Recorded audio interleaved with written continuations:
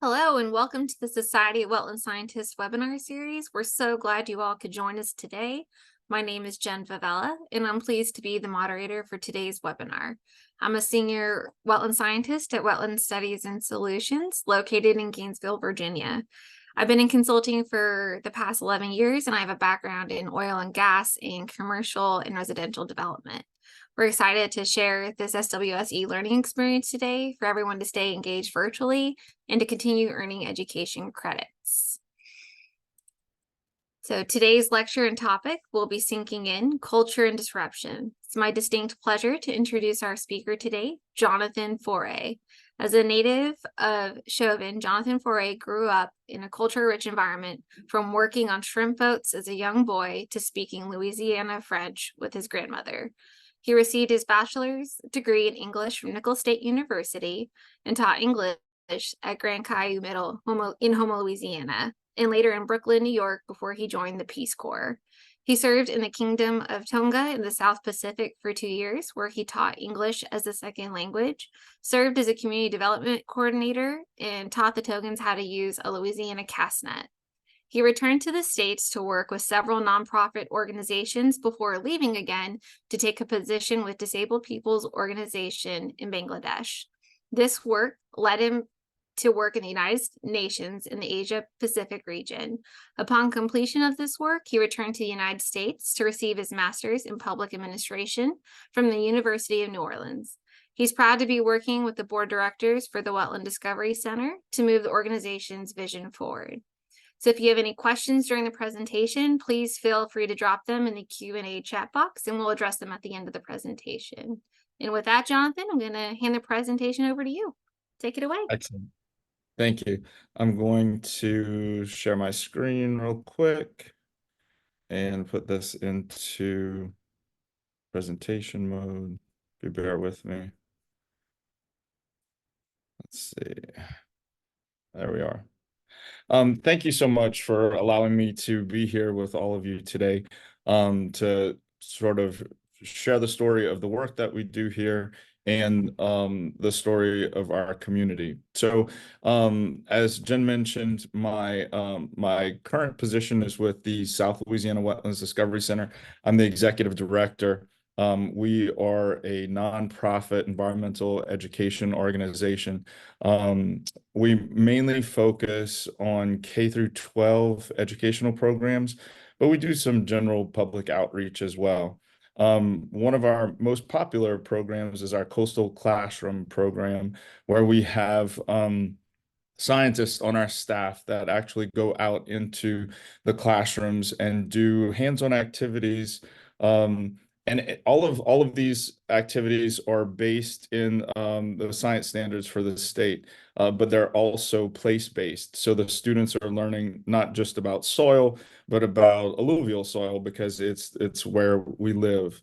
Another two of our projects, Hurricane Resilience and Project Resilience, these are curriculums that are implemented in local high schools. So just to kind of give you a little bit of an idea of the work that we do for the nonprofit. So I am currently sitting in my home office, coming to you from Houma, Louisiana. So if you look on this map and you look all the way south even of New Orleans, you'll see Houma, Louisiana, which is where most of our work takes place.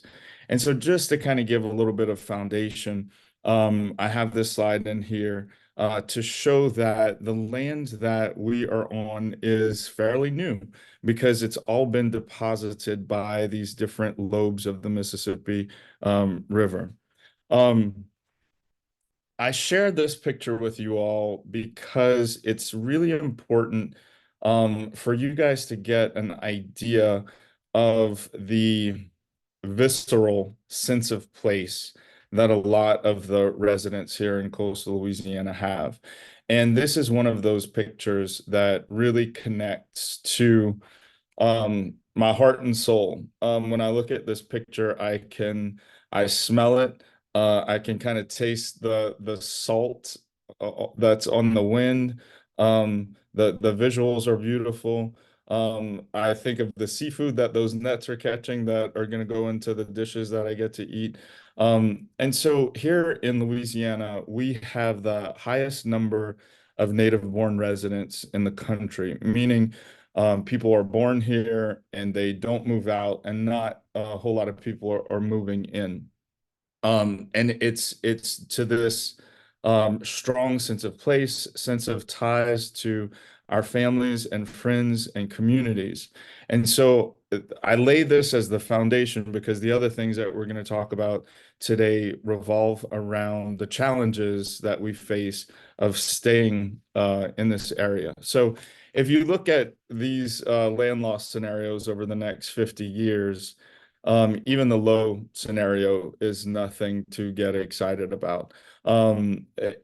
Everyone that I love, myself, my friends, my family, we are all living in the red at any one of these scenarios. So, um, we are doing our best to educate our students so that way we do not teach them to stay and we do not teach them to leave. We just educate them on risk tolerance, and so that they grow up knowing what the challenges are and what they're going to face. So in order to lighten the mood a little bit, I liken all of this to a bingo game.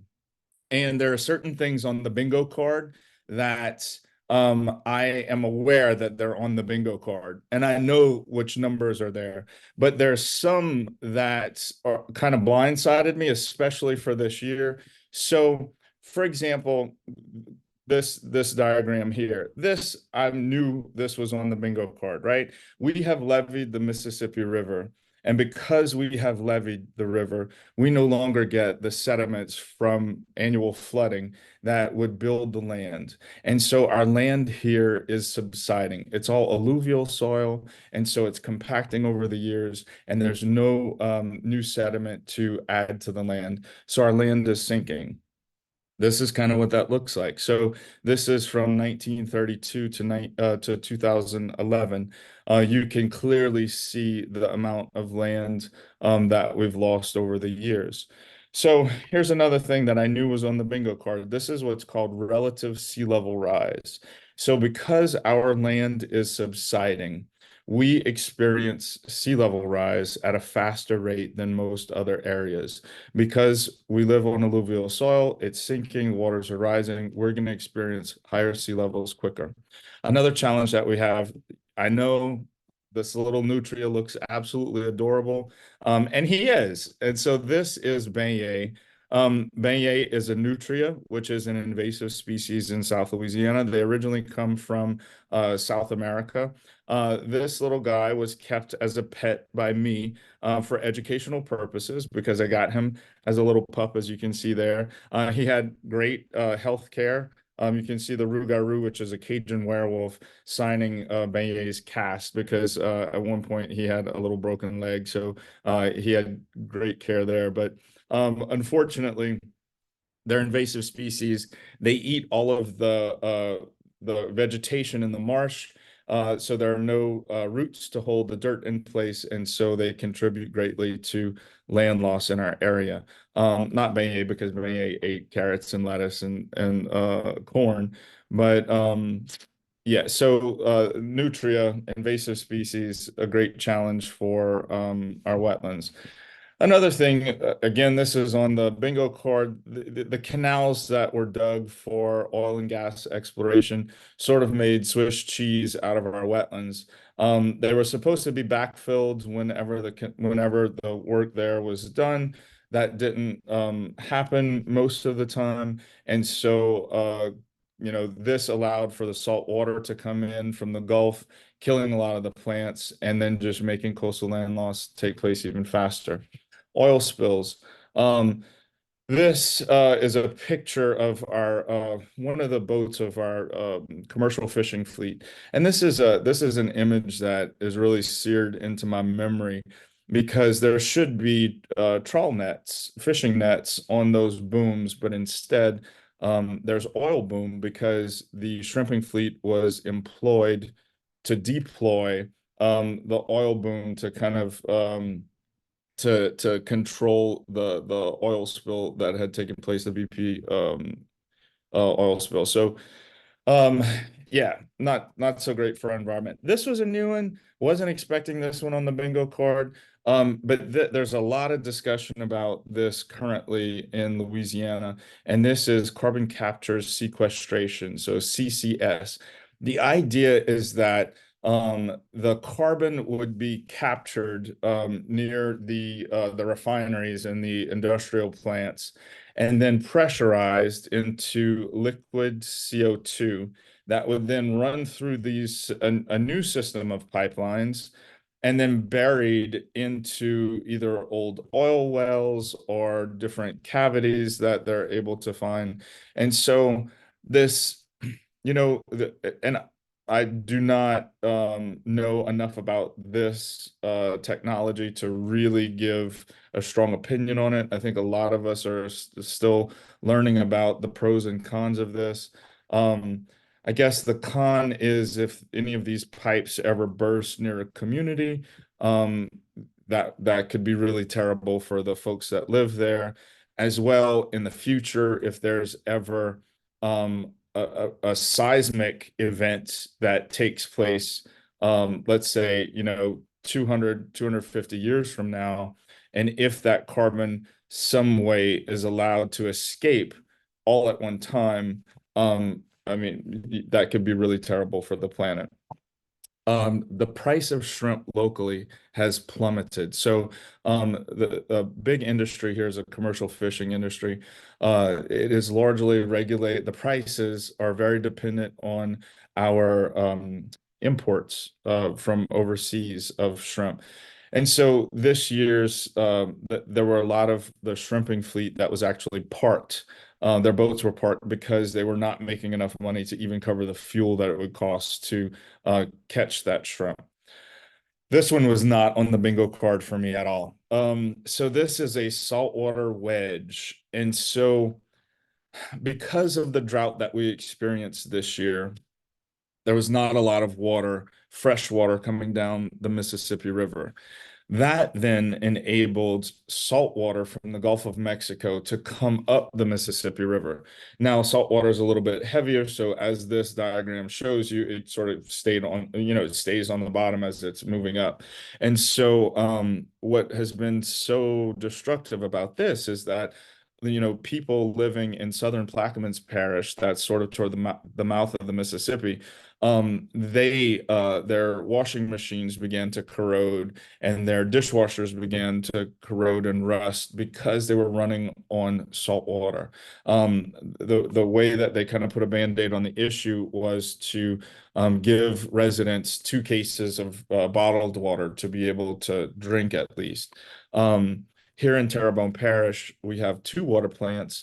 One of those water plants has been closed since November 15th because there was too much salt water that's come in to of where they pull the water from. And so they had to look to the northern part of the parish to be able to provide potable water for everyone. So this was something that I personally didn't know that we were going to have to deal with that. Of course, hurricanes. This is a picture of a building that existed in downtown Houma that after Hurricane Ida, now it's an empty grass lot. Hurricanes are becoming stronger, wetter, more frequent because of the changing climate, and it's it's tough. We're still in recovery mode after 2.5 years of going through this event. So there are plans in place to try to build resilient systems to be able to bounce back from these events a little bit quicker, but it's just been really hard in our community. As a result of that, they've been all of the insurance companies have pulled after the storms because there was Hurricane Laura in Lake Charles and then Ida the next year here in Terrebonne Parish. And because of that, many insurance companies went bankrupt, including my own for my home, which then forced us into Louisiana Citizens, which is a state-run insurance company There are a few insurance companies coming back, but the cost of insurance is astronomical. My cousin, her house note was $1,200 and it went up to 3,000, and because of flood insurance, and they just can't afford it. And so they are letting the bank foreclose on their house. That is not an uncommon story in Terrebonne Parish. This one wasn't on, so it's not on the bingo card. This is a marsh fire. We have marsh fires here in Terrebonne Parish often, but never like we have had this year. There have been a new term that we didn't know of that we heard this year was super fog. And so what has happened is it's the smoke from the marsh fires combining with the fog that's setting in that creates zero visibility. And so there've been several car pileups with several deaths, unfortunately, and several road closures. These fires coming very close to the communities. You can see, the community here is not that far from where the fires are burning. Even with the recent rains that we've had, it has not put out the fires. Something I wasn't anticipating was the fires burning under the surface because it's sort of a boggy environment. And so the fires were actually smoldering in the peat underneath the surface of that fire. So it was even more complicated to try to put them out because you couldn't just spray the flames, right? This has been a really a big personal story. This is last week. I smelled smoke in my house and I thought something in my house was on fire. Went through, did not see anything, went outside. The smoke was even worse smelling. So I thought maybe a neighbor's house was on fire.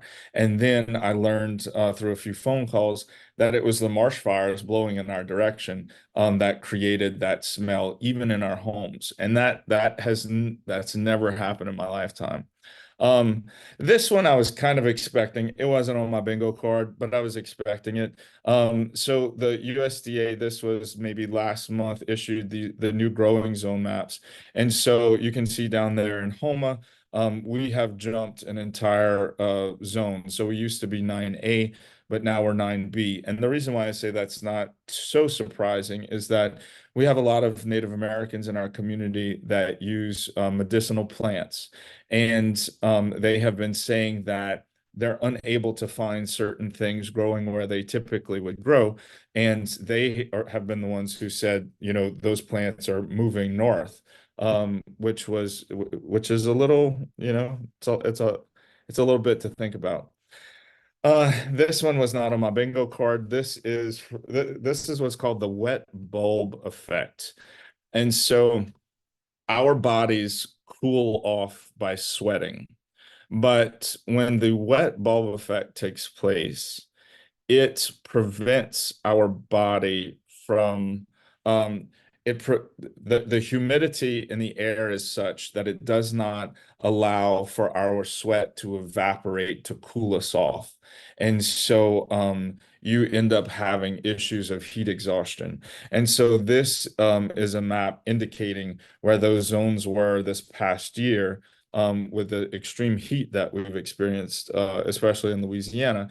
And you can see, I mean, pretty much all of Louisiana is in that zone, but certainly some parts of Arkansas, Mississippi, Tennessee.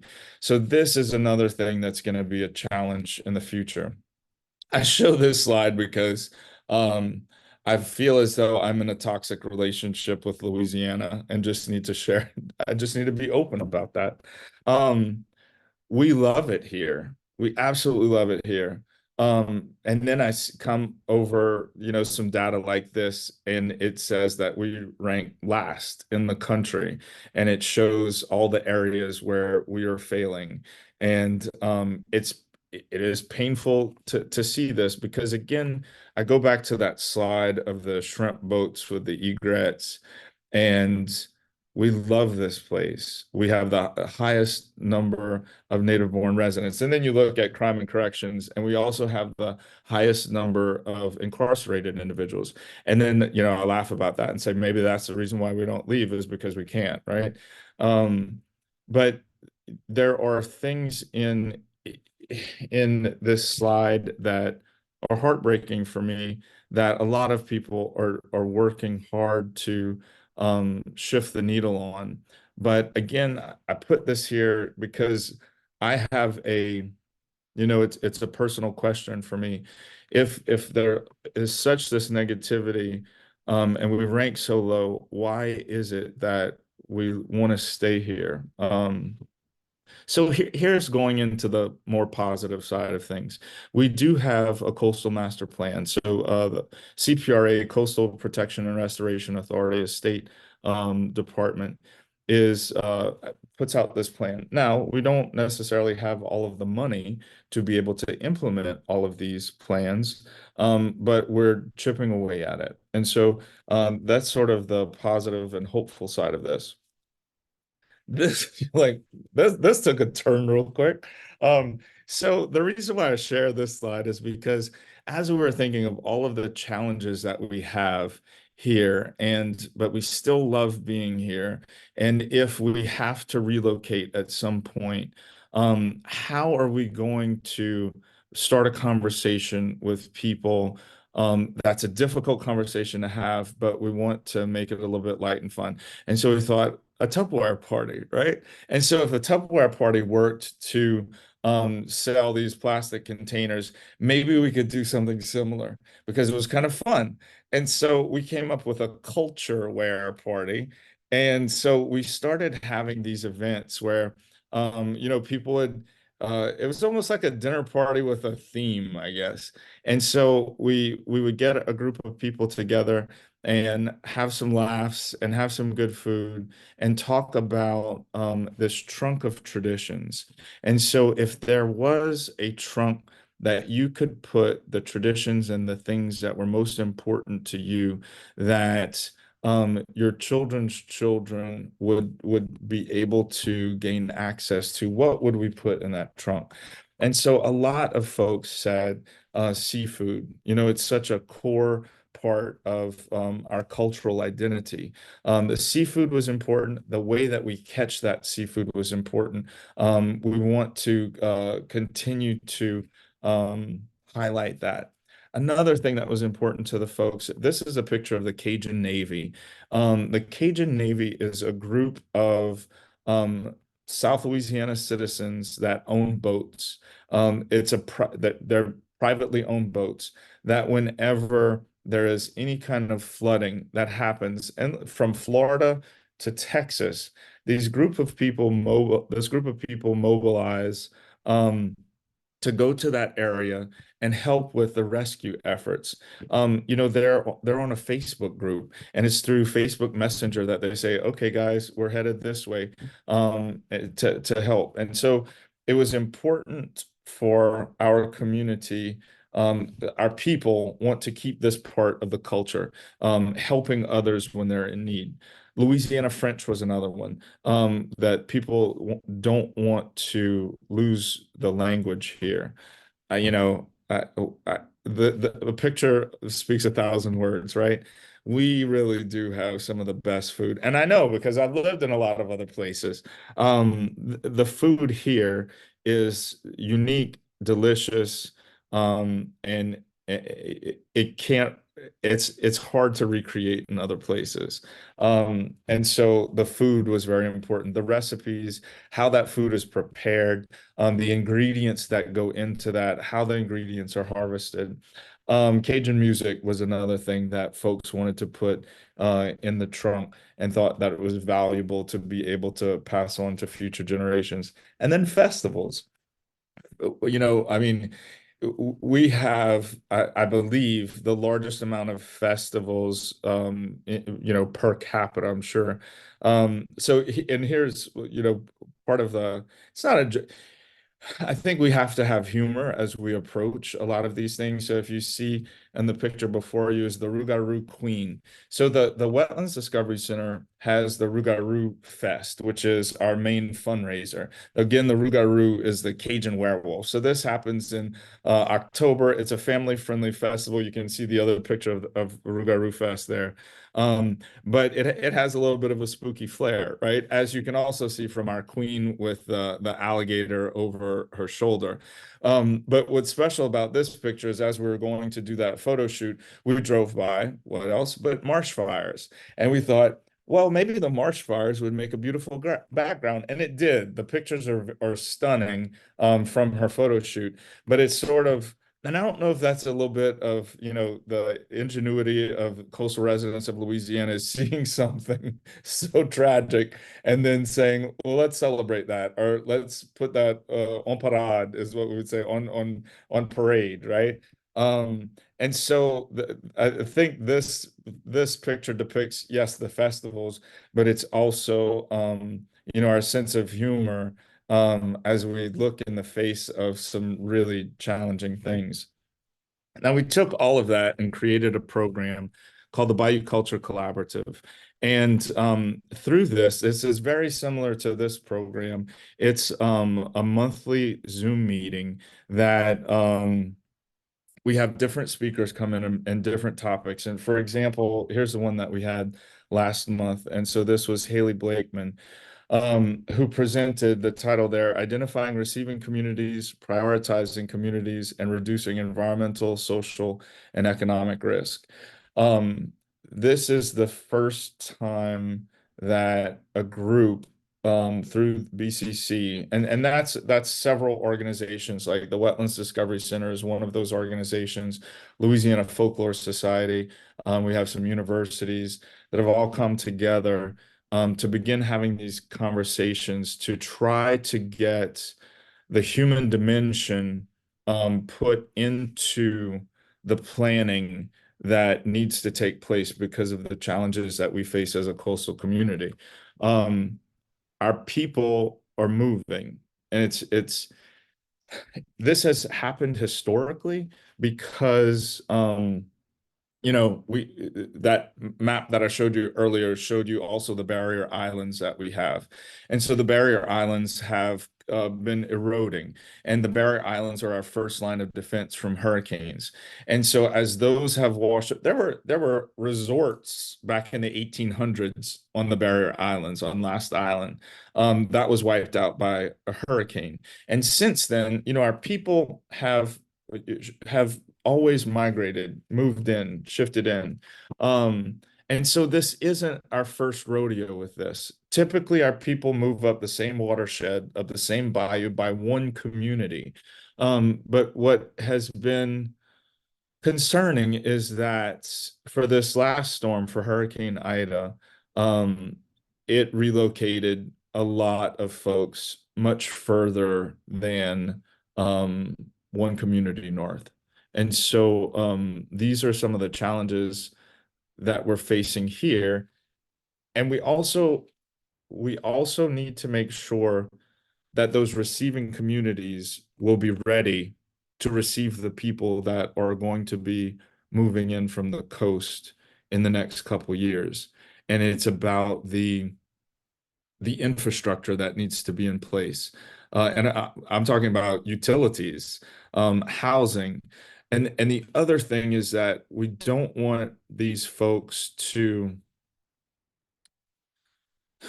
it's not, hoard resources is not the right word, but if a large group of people from coastal Louisiana are forced inland and we all go to one town and it puts a strain on the resources of that town, the folks that have been born and raised in that town and have been living there forever will most likely resent the folks who are coming in. And so we need to prepare as a country, honestly, um, to get into the right mindset of how we welcome people and how we see those folks as resources rather than a drain on resources. So again, these are all of the conversations that we have through the bioculture gathering.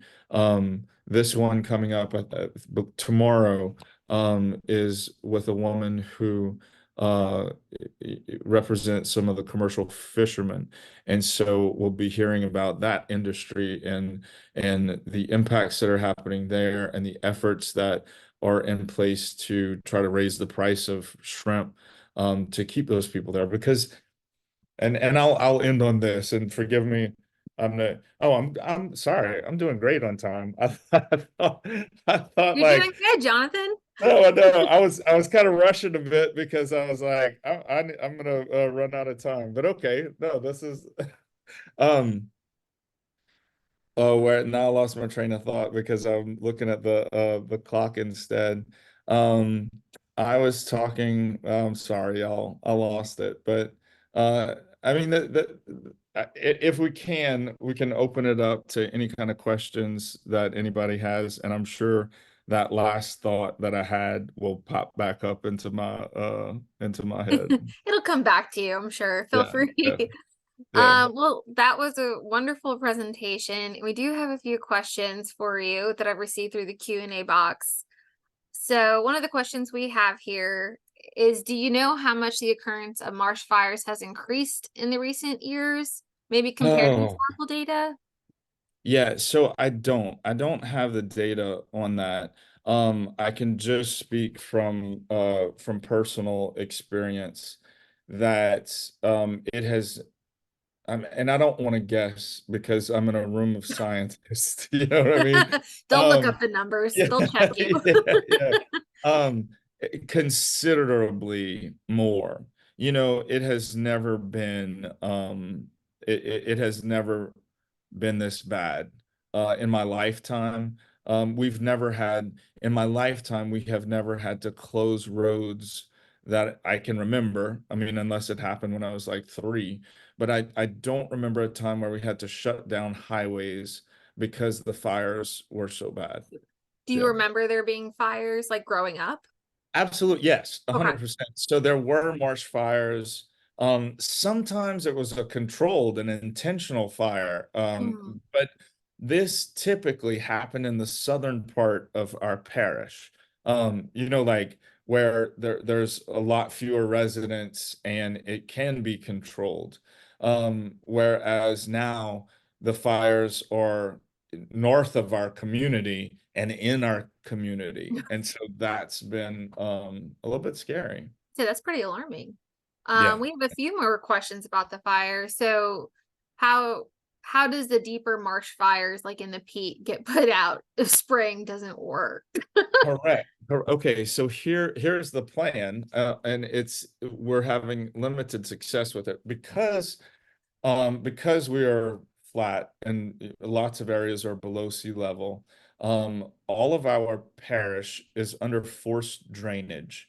What that means is we have levee systems that protect us from storms and high tides coming in, so the salt water isn't able to come in. Um, and so when it rains heavily, we have a huge system of pumps that pumps the water out of that Mhm. enclosed system so that way it doesn't flood us. But this has been the worst drought that we've seen in years in our area here. And so what they have done is reversed the pumps in certain areas. Now, but they had to make sure that they're pumping fresh water. So they're pulling fresh water from certain areas and trying to flood those areas that are on fire. And so they're pumping water into that to try to get the fires put out. But as they're pumping so much fresh water in to put out the fires, it's lessening the fresh water that comes down to keep the salt water out. So then the salt water is coming in and getting into our drinking water while we're trying to put the fires Put out a with fire fresh out. water to not kill the marsh with salt, you know? I mean, and Yeah. then because the marsh that is closer to the Gulf is much more salt tolerant. And the wetlands that are closer into our communities are more fresh. And so we have to make sure we don't pour salt water on them and kill them and make our problems even worse. Yeah. Seems like a very fine line. Yeah. Yeah, yeah, Do you yeah. Do you know if any species, maybe specifically plants are actually benefiting from these fires, or is there any Yeah. good Yes. coming from them? It does. It does. And so that's also the reason why the control burns would take place in the southern part of the parish, because Mm, it does allow for a healthier marsh to grow back, the next year. But I but if it in a con I say in a controlled way, and here I am trying to control Mother Nature, right? And we know that that doesn't work so well all the time. Um, so yes, I am assuming that even in these large areas closer to the communities that are on fire, hopefully that means a stronger marsh and wetlands comes back out of that. But it's just been overwhelming to have to manage the communities inside of all that. I can imagine. Yeah, Someone has a comment. They say, "Great talk, not a question, but I can empathize with the complicated relationship that so many have with Louisiana. They're an wetland ecologist from Morgan City, Louisiana, and they are currently living and working out of Lafayette. And the state has so many issues to deal with, but the culture, the people, and having hope for Louisiana's future is what keeps her there or them yeah, there, and so yeah, many others." yeah, yeah, yeah. Um, which is like probably a good question, and maybe elaborating, but what efforts has Louisiana pursued to keep residents, to keep them Sure. want to And stay? and that's a big question that through the Bioculture Collaborative, that's one that we discuss, and we are hoping through the governor's office, and if not our governor, through our lieutenant governor, and the lieutenant governor's office is has the seat of culture, right? Because it's cultural recreation and tourism in Louisiana that the lieutenant governor is over. And so there may be a place for this conversation to move forward in that office. Um, there's really there's not a whole lot that the conversation is just starting, because I think people got a wake-up call with the last couple of hurricanes that came through coastal Louisiana, and residents moved. So here in Terrebonne Parish, we have no public housing at all available. We used to before the storm. There was there had to have been close. I would assume, I would 5 to 600 units, houses or apartments that were available for people. All of that's been condemned. And so these folks had to find a place to go. And so when FEMA came in and tried to assist these folks of where they could be, they offered them vouchers for public housing in Wisconsin and Minnesota. Huh. And these were oftentimes elderly folks who said, you know, my my cousin is the one who brings me to my doctor's appointments.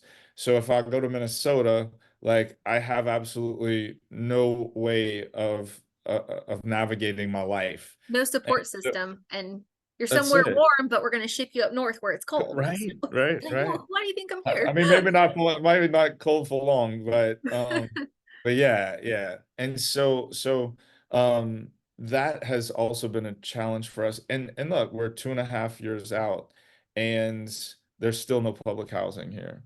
And actually those buildings that have been condemned are still there. And if you drive through those communities, it feels like you're on the set of some apocalyptic horror film, because it just it really looks bad, which is in all of that we also it's hard to find a sense of hope in that, right? And for our community right now, we really are grasping, looking for that hope. So that way there's a reason for action. Because if we just feel hopeless and like, oh, it's all just kind of falling apart, what's the point, you know? So at the Discovery Center, do you feel like there's hope there? Because you're, reaching out to these our younger generations Yeah, and yeah, teaching them about it. yeah, yeah. Um, So yes. And the point that I had earlier that I forgot about just came back into my head. Go And for it. so a part of that, and this speaks to your question, a part of that is about adaptation, right? So our commercial fishermen, if they want to continue in that industry, they can't move to northern Louisiana and do that work. They will have to remain here, many times in harm's way of a hurricane, to be able to continue to provide that resource to the country.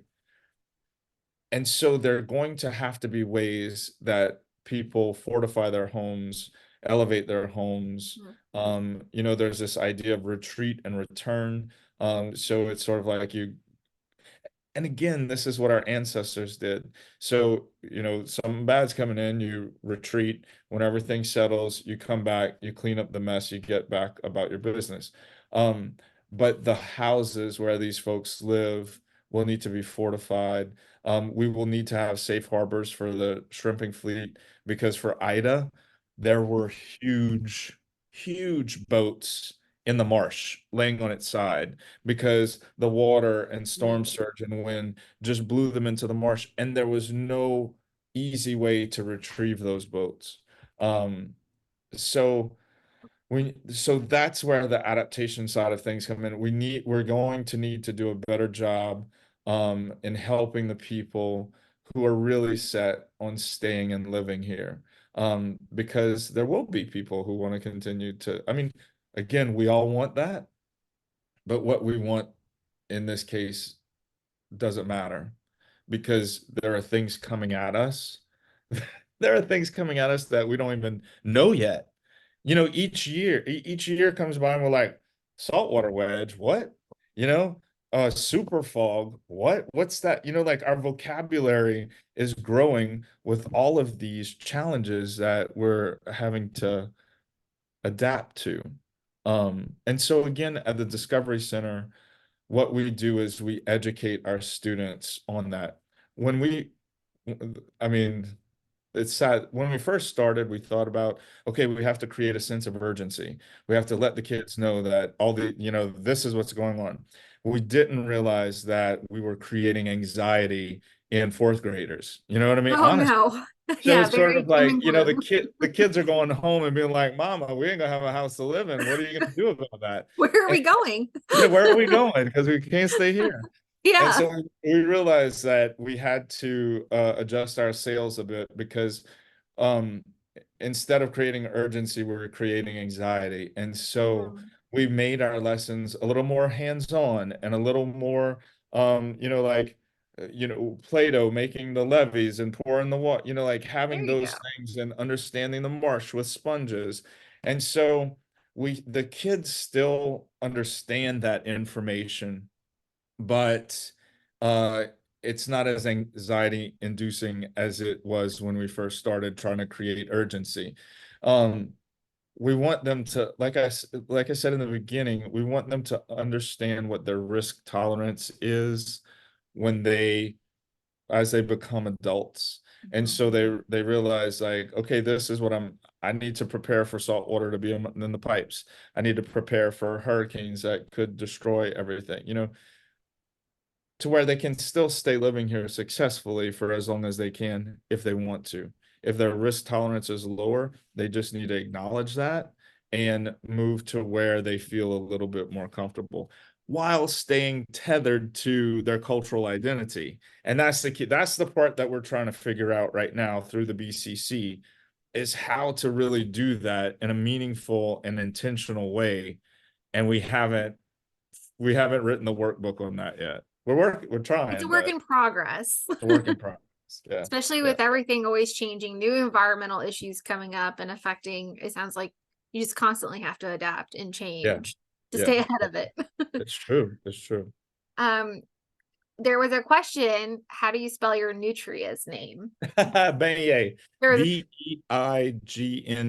Beignet. Yeah. okay. The same one, we call him Beignet because he's sweet as powdered sugar. Um, so a quick story about Beignet. is nutria are invasive species, and so there is a bounty on them. Back in the day, so the nutria were brought into southern Louisiana when the fur industry was really popular and people were wearing fur coats. And so the thought is they were in captivity, a hurricane, something came, blew open the cages, they got out into the marsh and began to wreak havoc. While we had trappers and the trapping industry was big in southern Louisiana, years ago, the number of nutria were kept in check and were not a huge problem.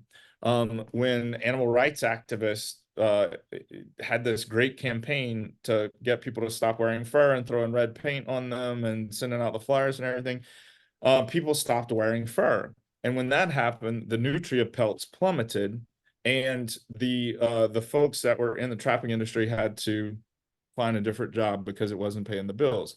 That's when the nutria population exploded. So then the state implemented a bounty program that if you shoot a nutria, you cut off its tail, you bring the tails in and you get $6 per tail. And so that's also a big industry to try to keep the population down. I want to say, and the number that I have in my head is probably from like the late teens, like 2019 or something. There were 40,000 nutria in Terrebonne Parish alone that were harvested. So we're just a small, I mean, we're a large parish, but this isn't coastwide. But for 40,000 nutria, that was pretty intense. So Yeah. Beignet came into my life because students were out hunting nutria for their tails, shot a rather large nutria and saw that its stomach was still moving, and so they sort of had a C-section, I'll say, and they had two little baby nutria that were still alive, and Beignet is the survivor of those two. And so he was so tame and sweet because he didn't know any other nutria. He just knew humans. Yeah. And he was I say was because he passed away this year at 7.5. We at the Rougarou Fest, we have a nutria pardoning ceremony. And so we brought Beignet, and the lieutenant governor would come and pardon Beignet from this program so that he could keep his tail and stay alive, Yeah. But it Use was as all education. that's it. And it was all to raise awareness about invasive species and how bad they are for our marsh. Gosh, Yeah. interesting. Yeah. So another question we have, switching gears a little bit. So you have a degree and an early career background in English. Yeah. How'd you end up here? What's So kind of just brought you to a complete change? yeah, so my undergrad is in English, and I joined the Peace Corps and then got a gig with the United Nations, just a contract work. And so then I wanted to continue with international development. And I asked, a couple friends of mine how to move up in the food chain of places like USAID or UN, things like that. And they said, you need to go get your master's. And they suggested public administration. So I did that at the University of New Orleans. And I started applying for jobs overseas again when a woman from my hometown came up to me and said, why are you trying to go fix other people's problems when your people have all these problems to fix? And I said, nobody's ever told me that before. And what are you thinking? And she said, I'd love for you to run this organization.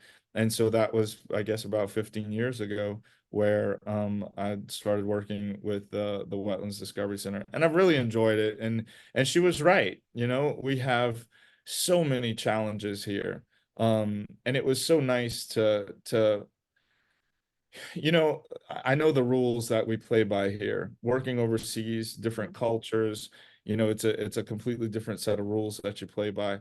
But I know the rules here, and I know the people, and the challenge is real, and I think it has a lot of implications.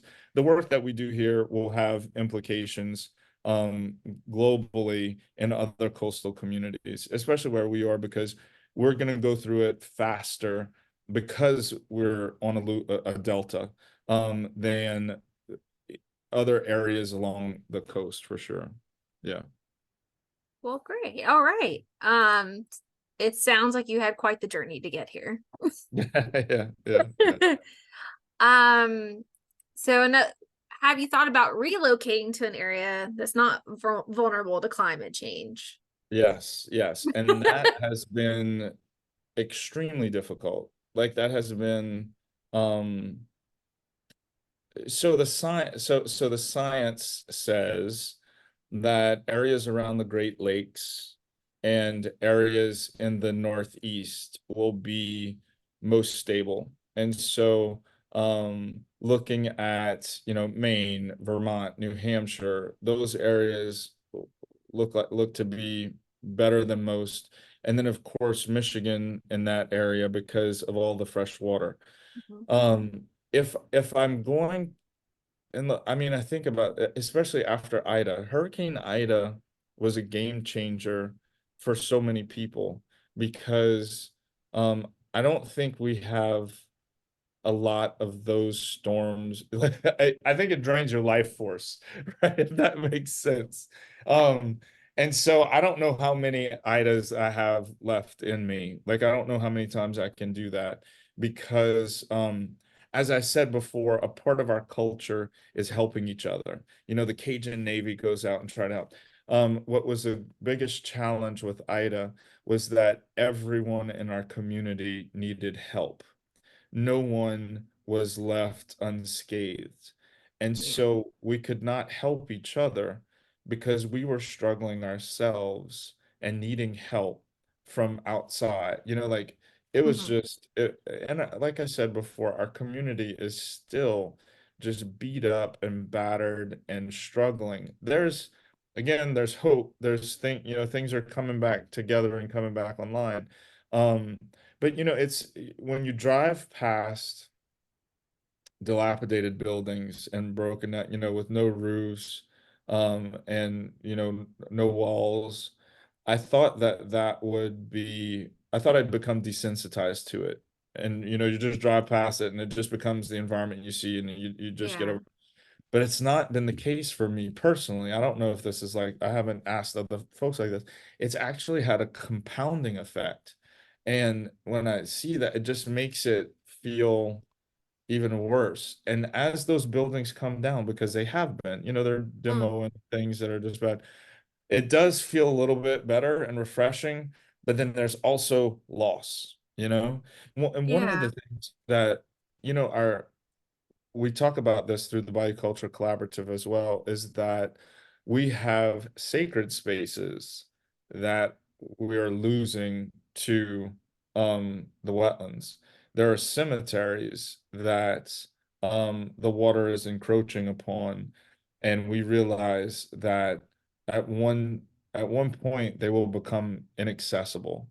And how do I mean, you can think about that. If your people are buried in a cemetery, how would it make you feel if you didn't have access to them? I mean, we're a largely Catholic community, and so we celebrate All Souls Day on November 1st, and that's a day where the community comes together and paints all of the tombs and puts new fresh flowers, and there's a mass in the cemetery, and so it's also a gathering place, and it similar to the Day of the Dead, Yeah. it's a day of remembrance of our people, right? And we at one point will not be able to do that in some of those locations. And um how do we accept that? And how do we move through that without it being so traumatizing? Yeah. So have there really been any efforts to help folks adapt to the climate change in your community? So, there is a buyout program. So, Mhm. they will buy your house and demo it and then not allow that piece of property to be developed again. And so the challenge is that interest rates are so high, insurance rates are so high, the property values are low in those areas. So the Mm. price that they're going to give you to buy you out will not be enough to get a new home somewhere else, right? So that's a huge challenge. Right. Um, there are also funds to elevate homes. So if you were to ride through the southern part of our parish, it is most of the houses are on pilings. And so they're all up above, and usually there's living space and swings and things underneath. Mhm. So there have been a lot of programs to raise houses here. That So those are that the seems to be a good solution. yeah. What was Yeah. what was challenging for Ida is that it was more of a wind event than a water event. So all of these homes were Wow. up in the air, and the wind really, I mean, look, in some cases, when we drove down to Cocodrie, which is in the southernmost part, the only thing left was the pilings. The entire Yeah. structure was gone. Well, this is Yeah, a lot of information to take yeah, in, yeah, and I really hope that, moving forward, there are, efforts and resolutions to these climate change issues. yeah. So if anyone's forgotten to ask a question, and you want to ask Jonathan, please feel free to send him an email. You can see her Please. on our screen, and I'm sure Jonathan will be happy to answer and have a conversation with Absolutely. you. Absolutely. Great. So we're proud to recognize our SWS webinar series sponsors for 2023, BioApp, Cattails Environmental, Davey Mitigation, and Ducks Unlimited. You can find their information at the websites listed above. So please visit, like, and follow our SWS webinar sponsors. And our next webinar will be on January 18th on connectivity and water quality in the I have a hard time saying this word. Help me, Jonathan. Atchafalaya. Thank you. Atchafalaya. No preparation would help me for that. No, that's a tough one. That's a tough one. Yeah. So then we'll be gathering on February 15th for a presentation on the ecology and response of sphagnum dominated peatlands. And don't forget to register. So check out our website, our social media channels to learn more and register for upcoming events. And don't forget to complete the survey that'll be sent to you after this webinar. You'll receive a certificate of participation and provide feedback on our series. So thanks, everyone. Thank you, Jonathan, and have a great weekend.